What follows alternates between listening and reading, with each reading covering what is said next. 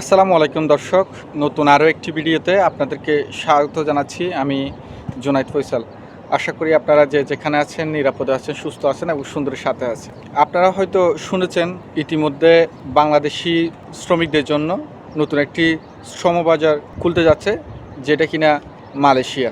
মালয়েশিয়াতে পূর্বে অসংখ্য বাঙালি গিয়েছেন, বর্তমানে অনেকে যাওয়ার জন্য বিভিন্ন জায়গায় চেষ্টা করছেন।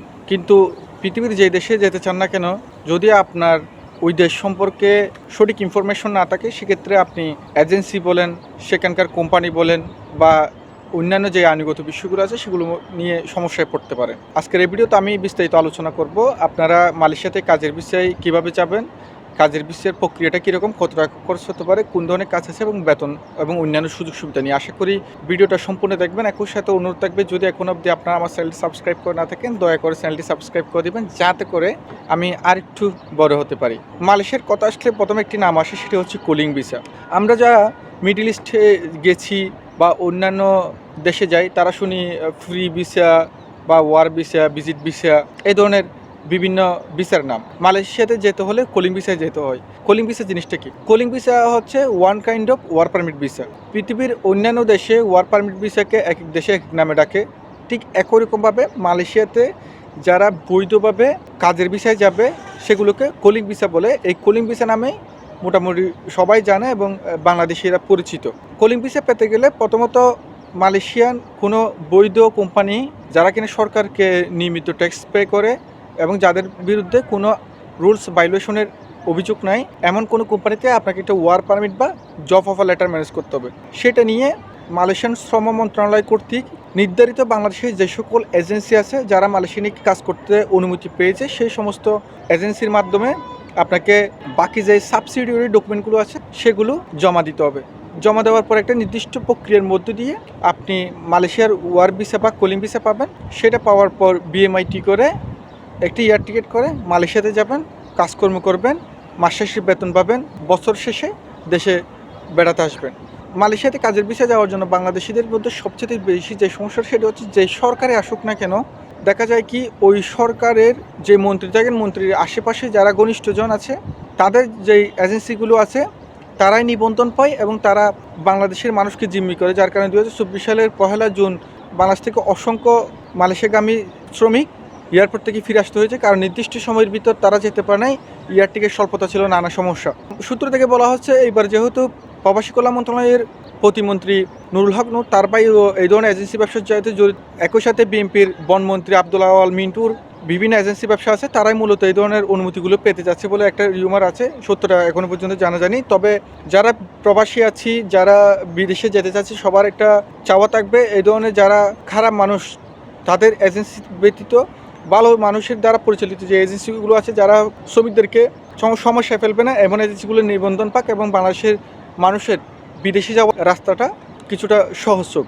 আপনারা জানেন, বাংলাদেশের নাগরিকদের জন্য পৃথিবীর বিভিন্ন দেশের ভিসা বন্ধ করে দিয়েছে। সম্প্রতি সময়ে দুইটা দেশের ভিসা ওপেন করার কথা, একটা হচ্ছে ওমান, একটা হচ্ছে মালয়েশিয়া। যেহেতু ওমানের পার্শ্ববর্তী দেশগুলোতে যুদ্ধ চলছে, সেক্ষেত্রে সেটা বাদ দিয়ে আপাতত আমরা মালয়েশিয়া নিয়ে চিন্তা করতে পারি। মালয়েশিয়াতে আপনি অনেক ধরনের কাজে যেতে পারেন। এছাড়া মালয়েশিয়া আপনি বিজনেস ভিসা এবং স্টুডেন্ট ভিসাও যেতে পারেন। অনেক বাংলাদেশি আছে যারা স্টুডেন্ট ভিসা গিয়ে পড়াশোনার পাশাপাশি পার্ট টাইম করে।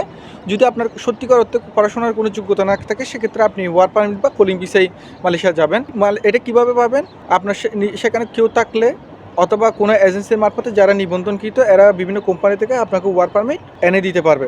বর্তমান সময়ে মালয়েশিয়াতে সবচেয়ে জনপ্রিয় যে কাজ, সেটা হচ্ছে কনস্ট্রাকশন কাজ। আর বাংলাদেশি মানুষের কনস্ট্রাকশন কাজে অভিজ্ঞতার কারণে সারা বিশ্বব্যাপী একটা সুনাম আছে। এরপর প্লাম্বার, কার্পেন্টার, ফ্যাক্টরি এবং হচ্ছে সার্ভিস সেক্টরে কিছু কাজ। সার্ভিস সেক্টরে হতে পারে হোটেল ম্যানেজমেন্টের কাজ, যেমন রুম অ্যাটেন্ডেন্ট, ক্লিনার, এই ধরনের। এছাড়া রেস্টুরেন্টের শেফ, বারিস্তা এবং ওয়েটার, এই ধরনের কাজগুলো, এগুলো সার্ভিস সেক্টরে পড়ে। এখন যে কাজগুলোর কথা বলেছি, এগুলোর বয়সসীমা হচ্ছে আপনি যদি 18 বছর সর্বনিম্ন হন এবং সর্বোচ্চ 45 বছর পর্যন্ত এই কাজগুলোর উপর আপনি ওয়ার পারমিট বা কুলিং পারমিট পেতে পারেন। তবে যদি আপনার বয়স 35-এর বেশি হয়, সেক্ষেত্রে আমাদের পরামর্শ থাকবে আসলে আপনারা মালয়েশিয়ার জন্য অ্যাপ্লাই করবেন না। সেক্ষেত্রে ভিসা পাওয়ার সম্ভাবনা খুবই কম। এছাড়া আরেকটা ভিসা আছে, যেটি হচ্ছে এজেন্ট ভিসা, অর্থাৎ A2 ভিসা। এই ভিসাটা পেতে গেলে আপনাকে সর্বনিম্ন বয়স 20 বছর এবং সর্বোচ্চ 50 বছর পর্যন্ত আবেদন করতে পারবেন। সেটার প্রক্রিয়াটা একটু আলাদা, সেটা পরবর্তী কোনো ভিডিওতে আলোচনা করব। যে কাজগুলো বলেছি, এই কাজগুলোর উপর যদি আপনাদের কোনো দক্ষতা থাকে, সেক্ষেত্রে আপনারা বৈধ কোনো মাধ্যম ধরে এই কাজের উপর ওয়ার্ক পারমিট ম্যানেজ করে আপনারা মালয়েশিয়া যেতে পারেন। পূর্বে মালয়েশিয়ার বেতন ছিল 1700 রিঙ্গিত, কিন্তু বর্তমানে সেটা কিছুটা বৃদ্ধি করে 1750 রিঙ্গিত আপনাকে বেতন দেওয়া হবে। এছাড়া ওভারটাইম এবং অতিরিক্ত দক্ষতা থাকলে অতিরিক্ত ইনকাম এবং অতিরিক্ত পরিশ্রমের কারণে আরও ইনকাম করতে পারেন, সেটা আপনার ব্যক্তিগত বিষয়। তবে মালয়েশিয়ান মন্ত্রণালয়ের নিয়ম অনুযায়ী আপনি যদি সেখানে যান আপনাকে 1750 রিঙ্গিত আপনার কোম্পানি বেতন দিতে বাধ্য থাকবে। এখন অনেকে জিজ্ঞেস করতে পারেন ভাই মালয়েশিয়া যেতে চাইলে কত টাকা খরচ হতে পারে। মালয়েশিয়া যদি আপনি যেতে চান আপনাকে খরচ হতে হবে বর্তমান সময়ে 3.5 লাখ থেকে 5 লাখ টাকা পর্যন্ত। এখানে আসলে মূলত খরচ হয় 2 থেকে 2.5 লাখ টাকা, কিন্তু আমাদের দেশে যেহেতু এজেন্সিগুলো অনেক বেশি দান্দা করার চিন্তা ভাবনায় থাকে, বাংলাদেশের মানুষ তাদের প্রতি প্রচণ্ড আস্থা রাখে, সেক্ষেত্রে এটা একটু বৃদ্ধি পাবে। 3.5 লক্ষ টাকা থেকে 5 লাখ টাকার ভিতরে আপনি মালয়েশিয়া যেতে পারবেন এবং যাওয়ার সম্পূর্ণ প্রক্রিয়াটা আপনার 3 মাসের ভিতর কমপ্লিট হবে। যেহেতু এখনো মেডিকেল শুরু হয়নি, তবে আশা করা যাচ্ছে আগামী মাসের শেষের দিকে মেডিকেলের কাজ শুরু হবে এবং যে সকল মেডিকেল সেন্টার মালয়েশিয়ার ভিসার জন্য মেডিকেল করাবে তারা ইতিমধ্যে পাসপোর্ট এবং অন্যান্য যে ডকুমেন্টগুলো সেগুলো পেয়ে গেছে। আপনারা যখন বিভিন্ন এজেন্সির মাধ্যমে চেষ্টা করবেন তখন আপনাদের নিজের যেই দক্ষতা আছে সেই দক্ষতার উপর তারা কলিং পারমিট ম্যানেজ করে FWCMS বা FWEর মাধ্যমে কাজগুলো করবে। সেগুলো এই সপ্তাহ থেকে শুরু হওয়ার সম্ভাবনা আছে। সব কিছু ঠিকঠাক থাকলে এগুলো এজেন্সির কাছে, এগুলো আপনারা বুঝবেন না, চিন্তা করার দরকার নেই। আপনারা যেটা করবেন সেটা হচ্ছে বাংলাদেশের কোনো রিকর্ড লাইসেন্সদারি এজেন্সি RL নাম্বার যাদের আছে, এমন কোনো এজেন্সি যারা টাকায় কাজ করে, পূর্বে মালয়েশিয়া নিয়ে কাজ করার অভিজ্ঞতা আছে, যারা অতিথি ভালো, যারা মানুষের সাথে প্রতারণা করে না, এমন কোনো এজেন্সির মারফত আপনাদের পাসপোর্ট জমা দিবেন। তারপর তারা একটা কলিং পারমিট ম্যানেজ করবে, সেটা করে আপনার পাসপোর্ট, মেডিকেল, আপনার ইন্স্যুরেন্স, আপনার অন্যান্য যে জিনিসগুলো আছে ক্রিমিনাল সার্টিফিকেট সহ সবগুলো নিয়ে তারা এমবিসিতে সাবমিট করবে। এরপর আপনার ভিসা হবে, ভিসা হওয়ার পর সেখানে যাবেন।